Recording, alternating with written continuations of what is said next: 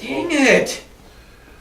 Hey guys, Brian and Frank here again. We want to make this like an open mic Friday, so anyone wants to call up with anything, do so. 707-330-1272. 707-330-1272. Call in, share some thoughts with us, man. It'd be great. Doesn't matter. On the bottom. Scrolling along the bottom. Doesn't matter what you want to talk about. 707-330-1272. But we got a couple things that we could talk about in the meantime. All right. So the first one is... Hey, starting to clean up at the darts, Brian. Because I'm not hungover You today. were really terrible for the past couple of days, but now all of a sudden... Oh, hold on. 2 days ago, we were 2 days ago, we were tied at 15. Yesterday, I couldn't hit anything. I cleaned you up. I can't even get a 20 right now. So again, feel free to call us at 707-330-1272. So, all right, well, here's a couple things. What? So the Senate has a bill right now that they're introducing. Right. It's called the Consumer Financial Protection Bureau Fair Pay Act. Wait, the CFPB Fair Pay Act? Yeah. Okay. What's up with that? You guys one. What's up with that? What's up with that? Yeah. Hold on a second here. Oh, that was in too. Hey. All right, the Fair Pay Act is, and by the way, you know what? I keep seeing myself over here throwing, and I think it's you, and I'm like ducking. Okay. And like I said, we want this to be an open mic day, so call up, guys. Call up if you have any questions or anything you want to share at 707-330-1272.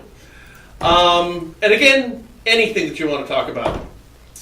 Okay, so the Consumer Financial Protection Bureau Fair Pay Act, which just came out today, is they're going to reduce the pay of people who work at the CFPB by 25%. Wow. So the first thing that Mick Mulvaney and the boys in the Senate, now they got blood and water, what they're doing, is they're actually decreasing the income by 25%, up to 25% of CFPB employees. Wow. So, did you know this, guys? Okay, so they're a civil servant. You work at the CFPB, all right? You've got 2 years in. You're going to get paid X amount of money for a job description. Sure. You can transfer interagency. You could go from the Treasury to the FTC to the CFPB, Right. and based on where you are, how many years in, and what your education is, you're going to get paid this. Except for at the CFPB, where they pay whatever the hell they want to pay. Gotcha. And so the CFPB pays employees more than any other civil servant at any other federal government agency. Wow. So nobody wants to leave and everybody wants in. No one wants to leave. Now, with this surprise, this is really trippy. Did you know that you have average employees right now working at the CFPB, paper pushers, okay, Right. who make more than federal judges, Wow. who make more than Congress people do? Huh. Can you believe this? Uh-uh.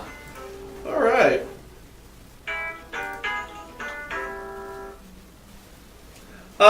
And I'll get back to that in a second. Who do we got here? No. Try to call back. I'm not sure what happened there. We had somebody from Nebraska. Okay, yeah, please call back. So anyways, you have employees, paper pushers at the CFPB making more than federal judges. Ridiculous. It's ridiculous. And the reason they can get away with it is because we've always said they're not on the congressional budget. There's no rules for them. No, so the CFPB pays whatever they want to pay. Right. All right. So now they're just trying to rein that back in. All right. Which makes sense. Which makes perfect sense. You make no friends by doing it, but I understand why. Now think about this. Why would the CFPB? Why would they pay more money? And this is across the board for their employees. Why would they pay more money for them? I don't know. If you pay more money, they're going to stick around. You're going to have more retention. You're going to be feel more beholden to the employer, maybe more sided with the employer. Loyalty. Loyalty. Yeah. You're working over there. Hey, come on. Hey, I like you, Frank. Mm-hmm. Why don't you come over and work with us? I'll give you another $30,000 a year. Yeah. I don't want to rock that boat. No. Right. No. You're buying loyalty. Now. Hey, Buffalo Bob, TJ. Now, just real quick. Hang tight, TJ. Hang tight, real quick. So, you're buying loyalty. Right. Why do you have to buy loyalty? Well, go ahead. Because if it's just an agency, you're supposed to be doing what's fair and right. Yeah. If you need to buy loyalty, it's because what you're doing is not necessarily fair and right, but partisan. So if I'm making the same amount of money at the CFPB as I am over at the FTC, and all of a sudden I'm like, wait a minute, what these guys are doing over here is not fair. They are isolating this group. They're disproportionately punishing this group, and then they're giving all this money to their political operatives. Yeah. Well, I don't want to be a part of this. Okay, Yeah. so I'm going to go and work over at the Treasury. But when you're getting paid more money, you are buying loyalty. And I'll tell you what, I think this is completely done consciously. What's going on, TJ? So, gentlemen, How you doing? good. Long time, first time, big fan of the show. Oh, right on, bud. Hey, just quick curiosity as far as with all the turmoil that's happening here with the CFPB. Wonder if any of your moles have given you any update on what's going on with like the Zillow investigation or any of the pressure put on Zillow, or do you think that's all going to kind of go by the wayside now that the CFPB seems to be in some turmoil? It is going to go by the wayside, and that's not even a secret right now. You're hearing folks on both sides of the fence right now talking about this. In fact, Christopher Dodd and Barney Frank just got together yesterday and did a joint press conference on this. And one of the things they remarked was that they under Mulvaney they want to get rid of the bureau. It's going to come to a standstill. They're not going to do anything. And Mulvaney has come out in his first press conference. And he said that if it's not his job or his place to get rid of the bureau, but if he had his way, he would tell the president that the bureau is not necessary and that there's other agencies who could better perform the bureau's duties. So we've heard it from Christopher Dodd, Barney Frank, and Mick Mulvaney. So all the big players of the game are saying the same thing. So we know what's going to happen. This one's not a secret at all. Nothing is going to happen. And so, one of the things that they said, Mulvaney said, was he was putting a freeze on everything that did not have a congressional mandate. So if you have like a PHH case where you have to show up to court, they're going to do that. But if there's no mandate that they are required to do something, they're putting a freeze on everything. So those negotiations that they're having with Zillow right now, they're dead. I mean, for at least the next 30 days. But it's everybody's stated goal to do nothing. So, I think we covered this a couple days ago, but it's, those guys over at Zillow, they saw the writing on the wall. They were going to push this thing out and kick the can down the road as far as they could in hopes that something like this would happen. And now that it has, don't think for a second that they're not drinking champagne up there in Seattle right now, because you know damn well they are. This has worked out beautifully for Zillow. So, and this is, TJ, we talked about this a couple days ago as well. RESPA is dead. Because you have RESPA interpretation and enforcement authority exclusively with the CFPB. A couple of years ago it was with HUD. But now you have the head of the Consumer Financial Protection Bureau whose basic stated goal is to do nothing.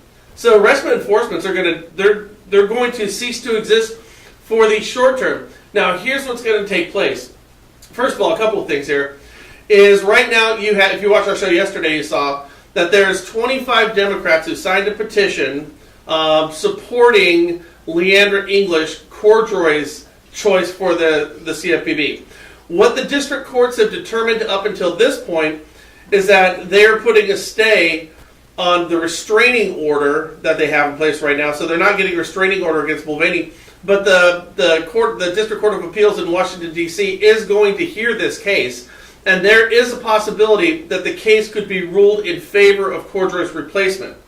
The reason for that is the language inside Dodd-Frank states that in the event that the director is unavailable, the executive director takes place. Okay? But now there's a separate law that was passed in 1989, the name escapes me, which suggests that the president would be able to appoint a new director if they chose to, before the existing director's term is up if they vacate that position. So the question is, are we going to take the writing in Dodd-Frank, or are we going to take pre-existing law? So that's what's being heard right now. So theoretically, we could have a pro-RESPA, pro-enforcement, pro blow your damn business up director if the hearings go through in favor of Leandra English. Now, even if it does, and I've always held this, is that the court case would take so long that the director's term in July 2018 is going to come up. So even if we do get a anti-business director, it would only be for a very short period of time. If that was long. As always, What's that? great answer to a short question. I appreciate it. But hey, last thing for you. A couple of weeks ago, you had announced kind of you're talking about one of the event that you guys are working on here. So any updates on that? What's going on with that? Okay, so here's what I think we're going to do. I think we're going to be looking at the second week of January. And it's going to be in our little town of Vacaville, California. Right. We're going to make this event very small. And the event is going to be on a first come, first served basis. And we're going to give precedence to the people who came to the previous event.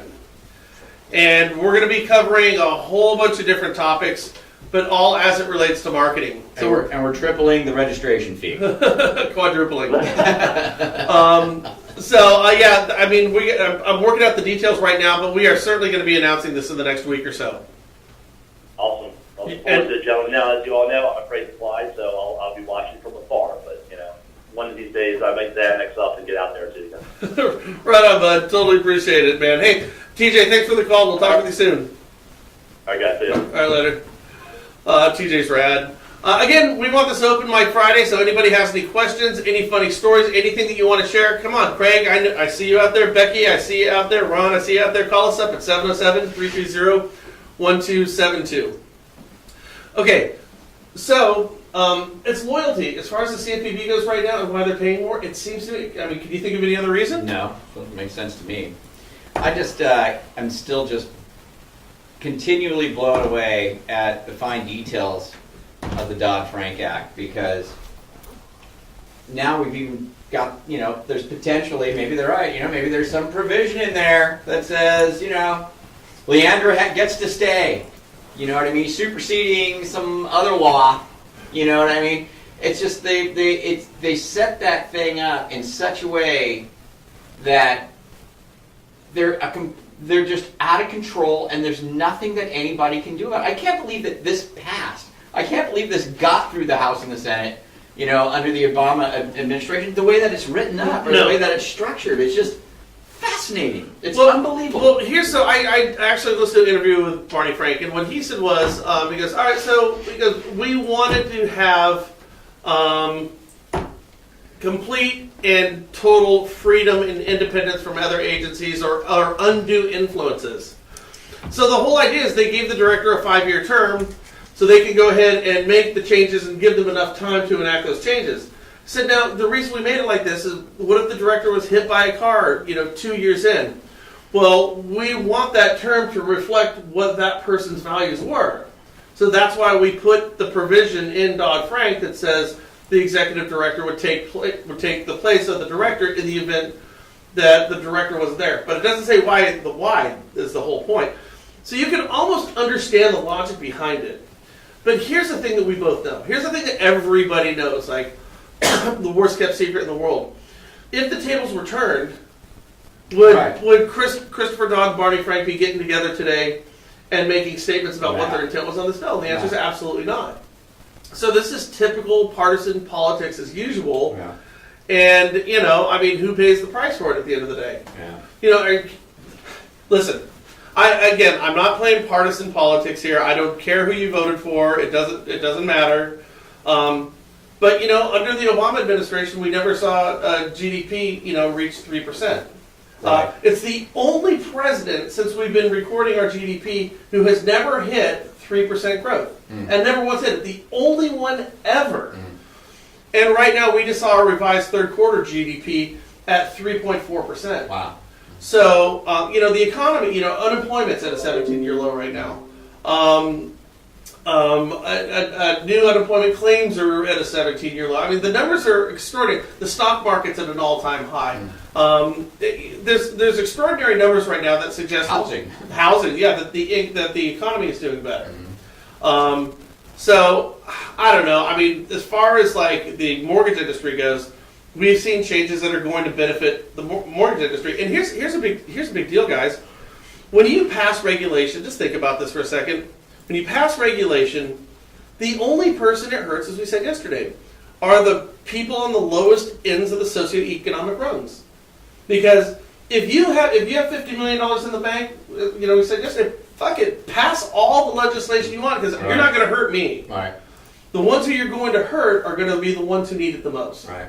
And that's the unintended consequence that we just can't get over. Okay, so guys, call in at 707-330-1272. 707-330-1272 and share anything you got with us. God, I can't. And we'll literally talk about anything. Anything. Oh, except Matt Lauer. Yeah. Oh. Talk about Matt Lauer. So over this. Let's see. One of the other things I was looking at here, let's see if I can find it. Tax reform, God, we've covered that till we're blue in the face. Oh, I busted? Did I bust? I did. God dang it. So here's an interesting one for people who live in California. What? California who's always looking for affordable. This is what I just said, how legislation and laws that are passed hurt the little guy. Yeah. Here's a perfect case in point. You have Jerry Brown, probably the most liberal governor of any state. Mm. And we're always talking about affordable housing. And so affordable housing, but we're going to tax you more. Okay. So in California, this just passed. This just went into effect. In a bid to create more affordable housing in California, Jerry Brown signed a bill Friday to enact new fees on real estate deals in the state. Stop right there. Right. In order to get more affordable housing, we're going to make it more expensive. Yeah, right. Okay, so that's what he just said here. So it's a Right. fee of $75 is now going to be applied for essential documents such as deeds and notices with a cap of $225. Okay, $225? Per transaction. Yeah, isn't going to hurt you. No. Okay, because you make decent money. Yeah. It's going to hurt that person who's trying to get in on that entry-level condo who's Right. scraping every penny together. Right. It's going to hurt them. Right. So here's a case in point. How much money is that really going to raise? And then what's it going to do anyway? Well, it's going to raise millions and millions of dollars, but again... So how's that going to make housing more affordable? We're going to build more affordable housing, more low to mod housing complexes. No. It's like everything else, The state of California's not going to build anything. The state of California, we should... I don't want to just get on a negative rant here, but we should have the best schools, the best highways, the best prisons, the best everything, and we're broke. Okay, so I'm going to run this one by you. By the way, like I said, call in, guys, 707-330-1272. Okay, so see if anyone's got an answer for this. The top 10 real estate blogs every real estate agent should be reading right now. Okay, and this is read, not watch. Read, I don't know, read or watch, but yeah. Did we not get in there? No, You know we why? didn't. Why? Partisan. It's partisan. It's all partisan. Yeah. Sometimes It's liberal media partisan. we're a little bit more honest. Okay, so Active Rain, What? Geek Estate, Bigger Pockets, The Notorious ROB, Zilla Porchlight, Redfin, NAR, Coldwell Banker Commercial, and Bankrate. Have you ever gone to NAR and seen what 90% of their stuff is? Yeah. NAR's still talking about baking cookies. Oh yeah, all the time. How to... Yeah, once in a while they get some good surveys, interesting surveys in. Right. I do like the surveys that they do, but beyond that, a lot of it is just Right. fluffy stuff. What flowers to buy for spring for Yeah, your open house? yeah. It's like, really? Really? Yeah. Oh, I got one that was interesting. I saw this today. There's a new way to show houses, right? It's this, it's robots showing houses, okay? It's the dumbest thing. It looks like... Remember we did Robot Realtor? Right. That story on Robot Realtor? That robot can now do a flip. I know, a backflip, yeah, off a 6-foot-high If you pallet. don't buy, she can rip her arms out of her socket. Okay, so this thing, it's like 3 wheels, all right? And like a pole that looks like a PVC pipe that you'd put for Right. gardening in. Yeah. And then it's got like an iPad on it. and it's the flimsiest looking piece of crap you've ever seen. Is there an actual realtor on the iPad? Yeah. And then it's the realtor who looks like she's shooting a video. It looks like a hostage video from Kandahar. You know, like Al Qaeda just got you with a white backdrop and the eyes all glazed over, and it's a real estate agent. And it shows him walking behind this robot in the house like this, like going about this fast, right? And then the robot goes over there and they're like, and here's the kitchen. It's like, yeah, I know what a kitchen is. Stainless steel sinks. I'm like, I got that too, you know? And this robot is showing them around the house. And then the funny part is, it shows them, the robot showing them like the side of the house on the outside. So they had like a laid brick that was a little uneven. So this thing's bobbling around and, you know. It's all shaking as it went. Yeah, it was. But think about this. How's the robot with these little tiny wheels, how's it getting outdoors? No. It's not getting over any lip What on the was door. it? Was it like a promotional video? It's probably on NAR.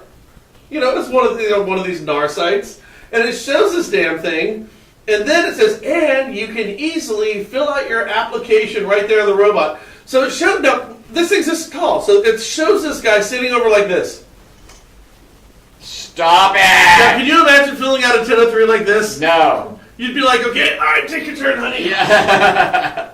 I mean, it looked like a parody video It's from just Saturday Night It's the Live. stupidest thing in the world. It would never happen in a million years. No one would do it at all. It would be the biggest waste of money ever on the face of the planet. It'll never happen. Done.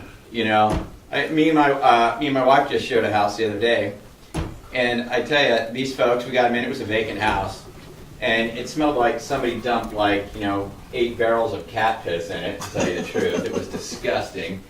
And but these people, when they got in there, dude, they were gone. They were like up the stairs, over here, over there. It's not like a realtor takes you in the house and says, "Now follow me, and here's the kitchen." It's not. That's not Right. it. You walk in, you go here. It's like, okay, great. They're taking off and they're looking at their Right. things and going in closets and looking at. Right. You know, nobody's gonna follow a stupid And iPad on a couple of wheels. And go like this, and here's the kitchen. All right. My God, I thought this was a bathroom. It's like that comedian. Did you ever see that comedian?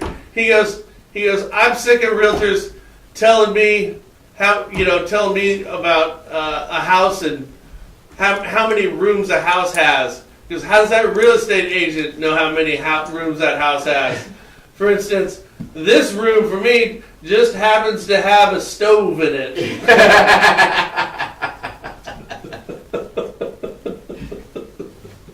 Isn't that rad? Oh man, it cracks me up. Hey guys, call in 707-330-1272. 707-330-1272. Busted. Yeah. So we play darts a different way. I have to get going here. All right. Hello, who do we got here? Natalie. Who? Is this Natalie Natalie. Royce Nunnally? Natalie says Frank needs a beer. A beer. Yes. Don't say that. Don't say that now. I'm just jumping up. So what's going on Oh, with good God. you today? Oh, my God. You guys are hilarious. Well, thank you. We it's funny, we get that sometimes. People are going to be like, hey, so are you guys going to, kind of bring your humor to, we kind of want a little of that instead of being too serious. I'm like, we did speaking gigs for 10 years. I'm like, I don't even think we could just come across, without having some snide remark here. That I don't think it's even possible. That's what I'm I going pay to some say big bucks. hashtag me too. Should it be the hashtag me too? Just kidding. I'm just joking. Where you at, Natalie?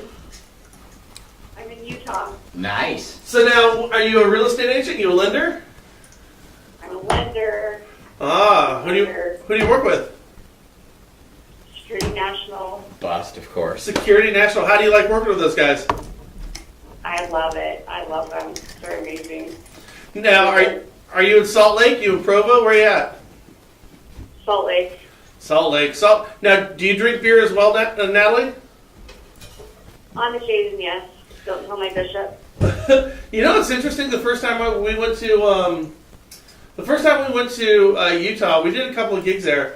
If you've never been there, you have the impression, that you're going to have this really stale, kind of very conservative, very religious kind of keep your head down type of state. But Salt Lake City is like Correct. loaded with awesome restaurants and some of the best Right. beers you'll ever get. And they've got, and everybody knows who skis or snowboards that they have the best snow in the world because it comes in all Oh. dry over the Salt Lakes. Yeah. Salt Lake City is gorgeous. It's a wonderful place. Yeah.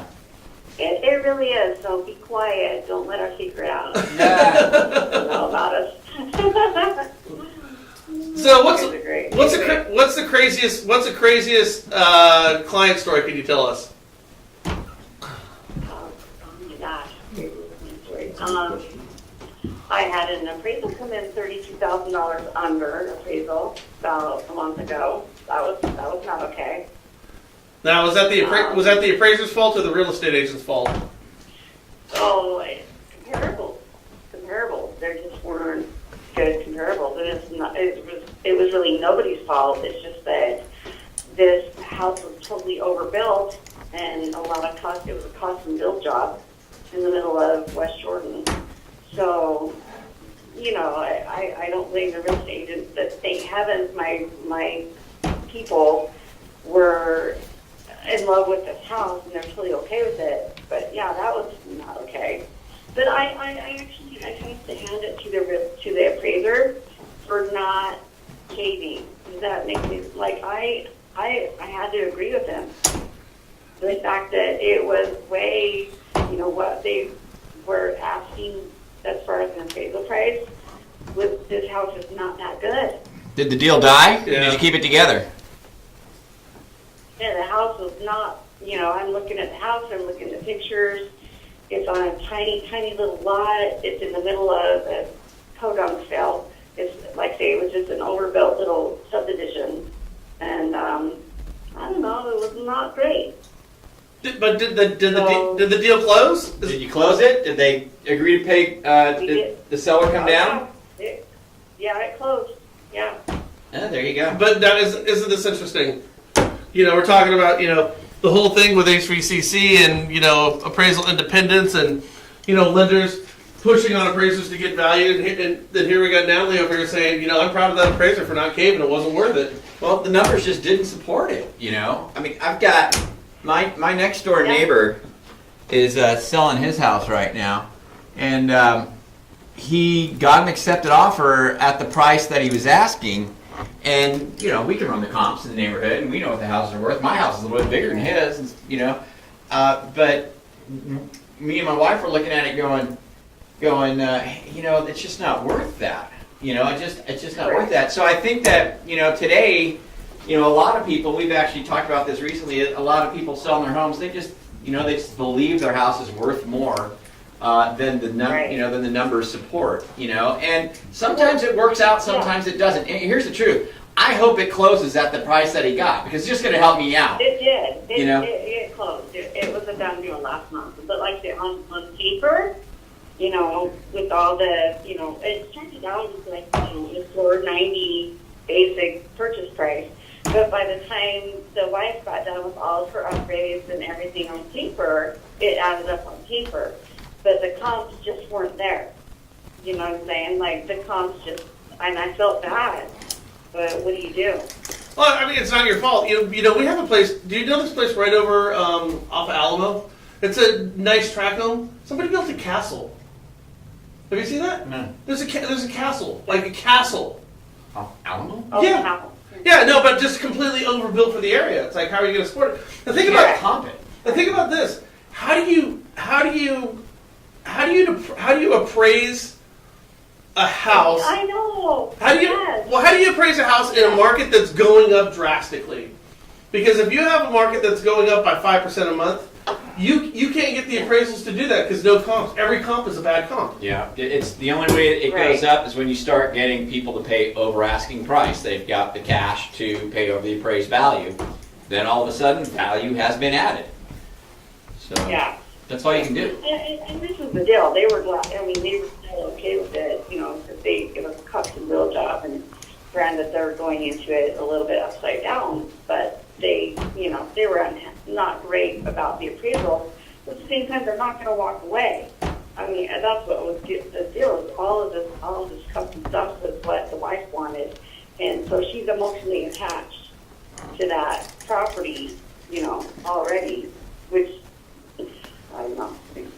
What do you do? Yeah. So now, did the buyers come in with any extra money? Did they meet in the middle, or did it sell just at the appraised value?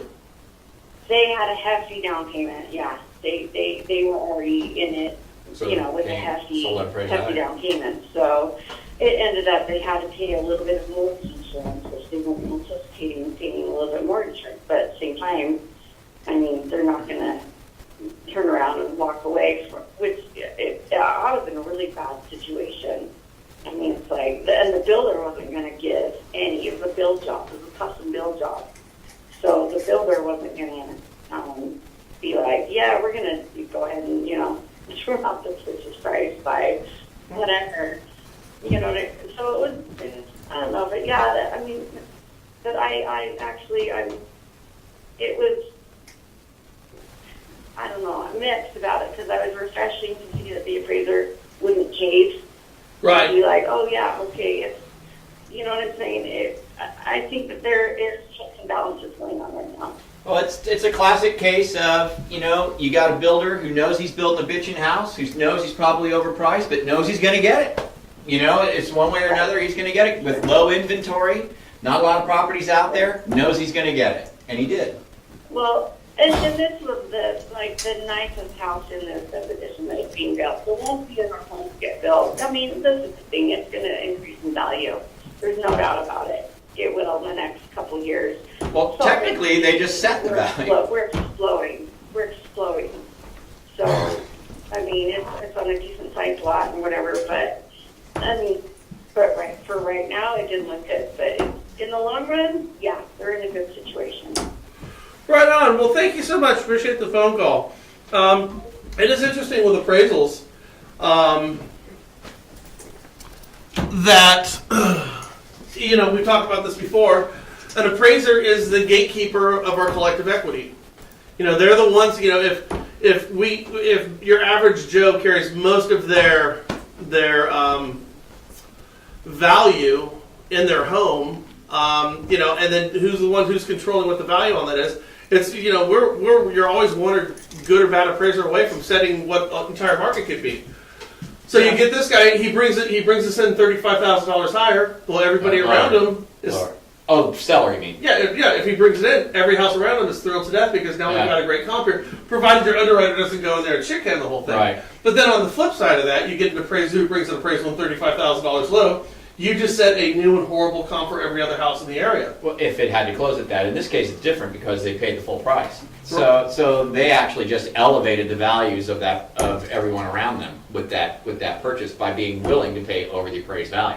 Well, you know what I think is kind of neat is Natalie says, she says, I'm proud of them for not, you know, caving on the value. You know, the appraiser Yeah. didn't cave on the value. You know, the assumption is that, you know, lenders are going to push you in order to get the value no matter what. And I've never thought that to be the case. And by the way, if this they is can't now. Open Mic Friday, so 707-330-1272, 707-330-1272. Give us a buzz and let us know what's going on with your business this Friday and what you guys got going on this weekend. 707-330-1272. What do you got going on this weekend? Oh, not a lot, dude. Laying low. I'm gonna go to a VA hospital and just do some, you know, good Samaritan work up there on Saturday, and then nothing really after that. I mean, just lay low. Why? You doing something? You doing something special? No. I mean, I'm going to. I kind of want to get some fishing in. Yeah, you haven't been fishing in a while. No, just haven't really had the time this year. Oh no! Hold on a second here. I'm going down to Victorville. Oh, so you know what you're doing. Wait a minute, hold on a second. I gotta go drive 750 miles. Dude, that's, I mean, there is, I'm doing it too. I see you throwing, I'm like, well, you know what? You're going to make a really long drive to, you know, Victorville's not necessarily the funnest place in the world, you know, to go to, but you know, I bet you pull something really good out of it. You know, here's the deal. A place is as fun as the people you're around. That's true. You know, I mean, it doesn't matter where you are. You could be in a great city with crappy people, and or maybe, hell, let's be honest about it. Maybe we're one of the boring people. Maybe we just got to go into it with the right attitude. Huh? Maybe you're bringing it down. You're bringing Victorville down when you get there, dude. Okay. Hey, who do we got here?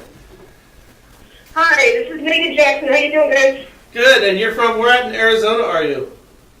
Yeah, it's the great state of Arizona. It's like wintertime. It's like, I don't know, maybe 80 degrees, so it's cold for us. I could never live there.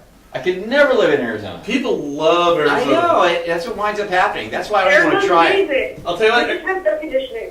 You know what? I'll tell you. I can make this. I mean this too. All right.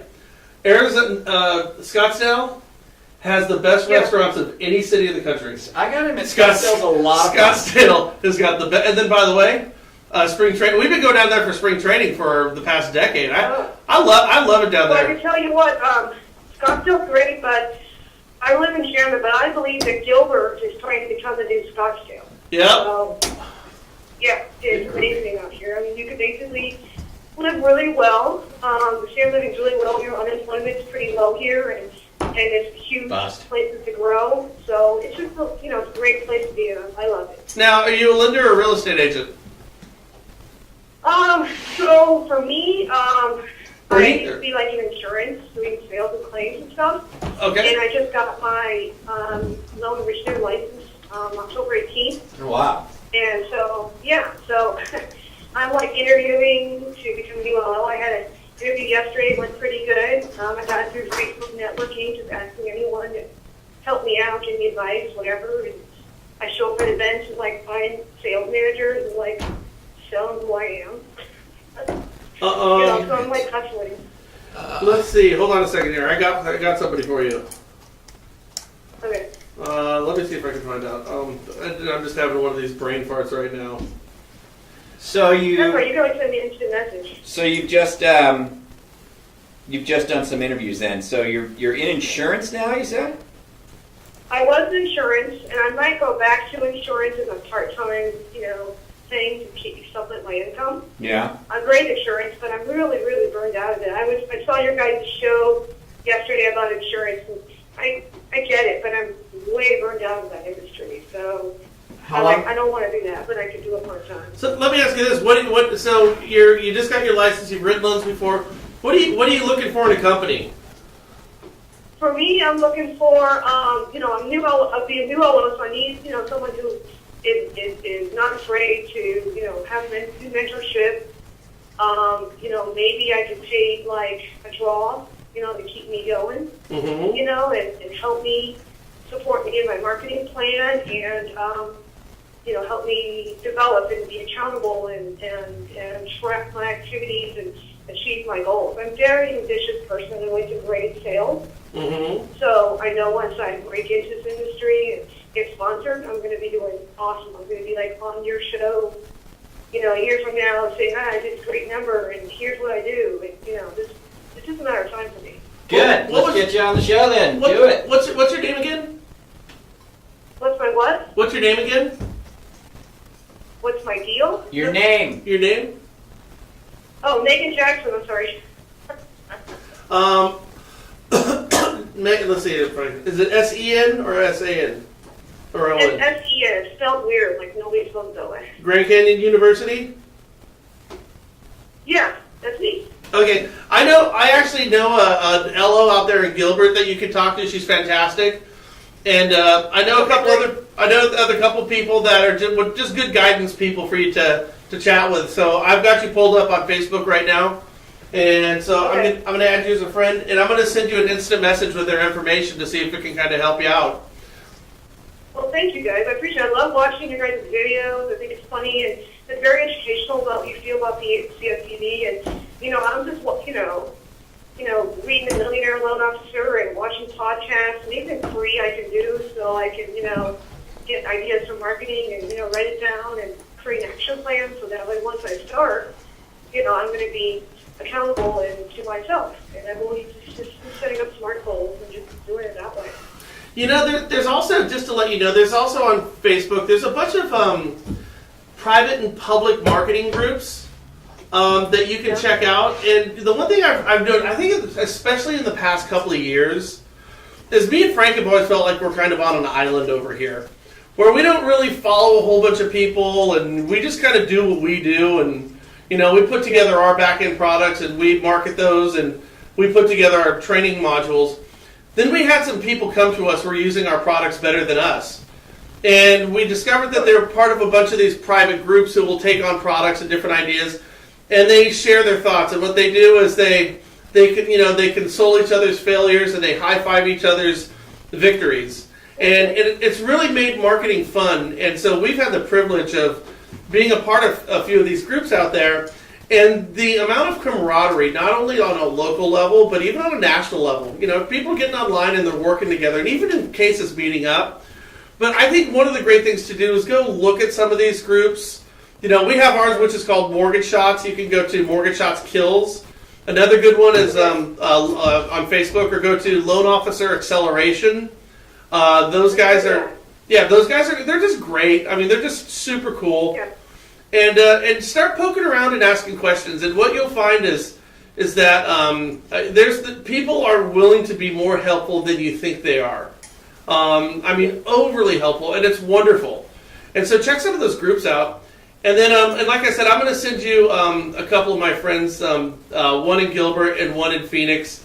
And like I said, just talk with them, and I'll make an introduction. You'll love both of these gals. They're absolutely wonderful. I've known one of them for, how long have I known Linda Hall for? 15 years, 20 years? 15, 20 years. I mean, she's Linda Hall. When we go to Phoenix every year, we can't get out of Phoenix without her cooking a big spread of food for us. She's Well, awesome. now you guys I can see you guys when you guys come into Phoenix, Yeah, absolutely. And It'll we're be fun. This is a great place. we're going to be back there. It's already set. We'll be there for we're our up spring training. Yeah. So let's definitely Okay. let's definitely hook up. And then what I'll do is in about 15 minutes, I'm going to send you those connections. Great. Yeah, I love your guys' podcast, and I feel like you guys are very supportive, and I'm kind of nervous as someone breaking into this industry, but, it's all about relationship building and sales and being accountable and, That's and following up on your leads and communication. And I'm just, I'm really excited to go through this change, and I'm just happy that I can talk to you guys about it. Awesome. Well, thank you. Hey, and by the way, Stay do in me a touch. favor. Keep in touch with us and let us know how it's going along. And we'll have everybody track you. This will be fun. But thank you so much.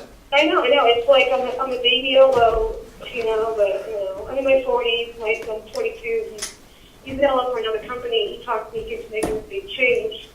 And, I've been interviewing for the past, month and a half now. And, I had an interview yesterday. It went well. But, you never know how if they're going to decide to take you on. So, I'm sure I'll find work next week or two. Oh no, don't you worry. You're going to find work. Trust me on this.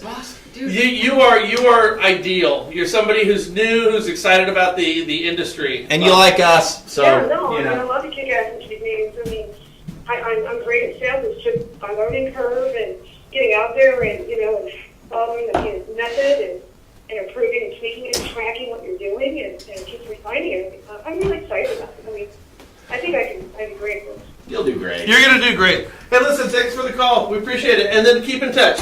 That's super cool. I just want to say here, dude, I've busted on this 15 every single time I've gotten up here. For like the past 5 or 6 times. Now it's a triple. Oh, like triple, double, triple. God. By the way, what a cool thing. Getting into the industry, nervous about it. Remember your first days in the industry, how fun and exciting it was? I do. Well, we're gonna hook her up with some great people. Yeah, did I ever tell you the story about my second deal I ever did? Second deal I ever did. Now, bear in mind, I joined the mortgage industry in January of 1987. Okay, January of '87. I got my first deal within about 60 days or so. My second deal came shortly after that. Had these people that were refinancing their home. They wanted to pull the cash out and buy their dream home on Cantaloupe Drive. So I'm new, I'm dumb, I don't know what I'm doing, right? So I take an owner-occupied cash-out refi on their home and then structure an owner-occupied purchase deal. Nice. Right? So I got two owner-occupied deals back to back. I'm not thinking about it. Thank goodness. You know, I don't know. So I get them in to sign their loan docs on their refi, and they won't sign the occupancy agreement, of course, right? Long and short of it, the deal blows up. Okay, the house that they were going to buy, that seller, it was contingent. We had the domino effect going, right? It You was like, blew up like a half a dozen like transactions. 8 deals. Yeah, there was like 8 deals, and I was the first one in line. I blow this deal up. We wound up, my brokers, God bless them, they were so gracious. They're, this new kid here just screwed up the second deal, right? They paid that gal $6,000 because she said, give me $6,000 and I'll go away and I'll leave you alone. And she was all disappointed because she lost her dream home, right? Gave her $6,000, and then they actually bought the house on Cantaloupe to keep everything going, right? Really? Yes, my second deal in the industry. So yeah, I do remember how it was to be new and be nervous and not necessarily do everything right, I had to go and maintain the property until they sold it, you know what I mean? One of my first deals, this is my first handful, true story here, is I had a guy who was doing a cash out refi on an investment property here in Vacaville, and he showed very low to no income because he was self-employed. What happened was he ran into a whole bunch of money. He bought like 10 houses and used those houses purchased those houses and was using the rental income. So what happened is his tax bills all came due, Yeah. and he didn't have any more money, and so he had to pull cash out of one of his houses Yeah. in order to pay his tax bill. Okay? So he went from no money, he was a construction worker. I'll give you a hint on who it was, okay? His nephew was the backup quarterback for the San Diego Chargers and Tennessee Titans. Okay? That was his nephew. Okay, I remember the story. Okay, so Yeah. so this guy, do you know how he got his money? How? I am not. You can't even make this crap up. He got mauled by a tiger at Marine World in Vallejo. Shut up. Yep. And you saw him. His ass was ripped apart. Like as just a spectator? Nope. I was a trainer? Yep. I busted on bullseyes. Bullseye. I just shot too good, guys. I got the bullseye and the bullseye. Yeah, no, he was working on the displays, and a tiger got out. No kidding. Yep. And Yeah. mauled him. And mauled him. How much did he get? I can't remember, but it was north of $1 million. But one of the houses he bought Yeah. was his bitchin' vacation home in a North Beach or a North Shore in Tahoe. Yeah. I mean, his house had the heated driveway and everything. I mean, and he got it for like $180,000. Wow. So I don't know if he still. I mean, this was 20 years ago, Wow. but that thing was. I mean, what do you think that's worth now? Time. 10 million? I did a loan for the orangutan trainer at Marine World. Did you really? Yeah. I wonder if he knows my guy. I don't know. Well, this is a long time ago too. I mean, this is way long ago. And I asked him. I said, "How do you become an orangutan trainer? How do you do that?" And you know what? He just worked his way up into it. Yep. He started off, at Marine World, just dumping trash, sweeping, Yep. and worked into a little, doing the concession stand at the snack bar, to Yep. this, to the other thing, to helping out with the orangutans, to eventually training them. Well, that's all the killer whale people. Remember that gal that drug her down by her head and Yeah. drowned her? That one last killer whale. Yeah. That's how they all got their job. Yeah. They all just worked their way. I finally got to the pool. Then I got to get in the pool. Then I got to work. That's how they all got. Now I'm a trainer. Now they're a trainer. I mean, it's not like you got a killer whale training school or anything like that. Right.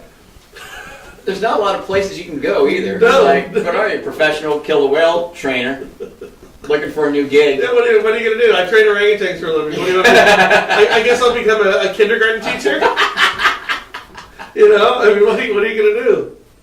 I'm a gymnastics trainer. I don't know. Wow. I don't know. Too funny. So, all right. So this is look how cool is this?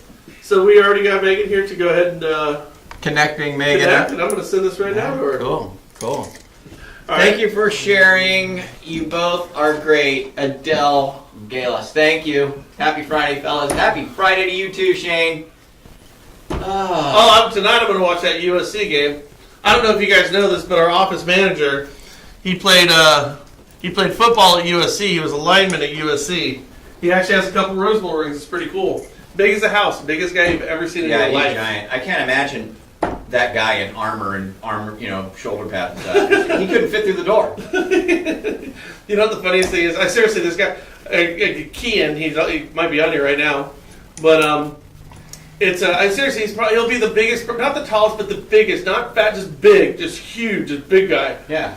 The funniest thing is, I swear to God, I didn't even think of it until it was too late. But we had to go somewhere. That was He goes, awesome. you want to see something funny? And I'm like, oh my God, we're flying Southwest. He goes, just look at the people's faces when I go, hey man, can I squeeze in there? People sit down, just like, no, Not you. don't do this. So It's not like he's an obese guy. He's just a no, he's big not. dude. He's huge. Well, remember we flew them somewhere, and it was like American, which has the smallest seats of all airlines. Remember, he was like in the middle seat. Yeah. That's like it couldn't even fit in there. No. It was all like No, he has scrunched to up. go like this, and you guys sit right here, come here, so people can see us. So imagine how we're shoulder to shoulder like Yeah, this. yeah. He can't do that. He Yeah. has to go like this. So because Yeah. he's leaning Like- over. Yeah. I mean, can you imagine being on like a 4-hour flight? No, man, it was brutal. Speaking of orangutans, man, that's what you got to move in like with the elephants and the orangutans. Just put them in a big cage on the back of a flatbed. All right, so what do we got here? Hey, listen, guys, I think we're gonna let you go now. We're coming up on an hour. Make sure you join us next week. We're gonna have Mike Soldati in, and Mike Soldati, he was my mentor. Still to this day is, frankly. He basically showed me the ropes on loans. My standpoint ethically where I am and how you approach a business. I mean, he's the dude. He's wonderful. So make sure you don't miss out. It'll be next Friday. We're going to start filling up people during the week and try to let you know ahead of time. Again, if one of you guys wants to jump on and be a part of this, and you've got something that you want to share, or you've got some great ideas, feel free to hit us up, instant message us on Facebook, and we can certainly go ahead and look at that. But with that said, I think it's time to wrap this game of darts up and go have a bite to eat. What do you Let's say? do it. I like it. It's Friday. Let's get out early.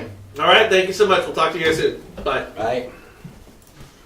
Is it my shot or your shot? I think it's yours. I think it was One more.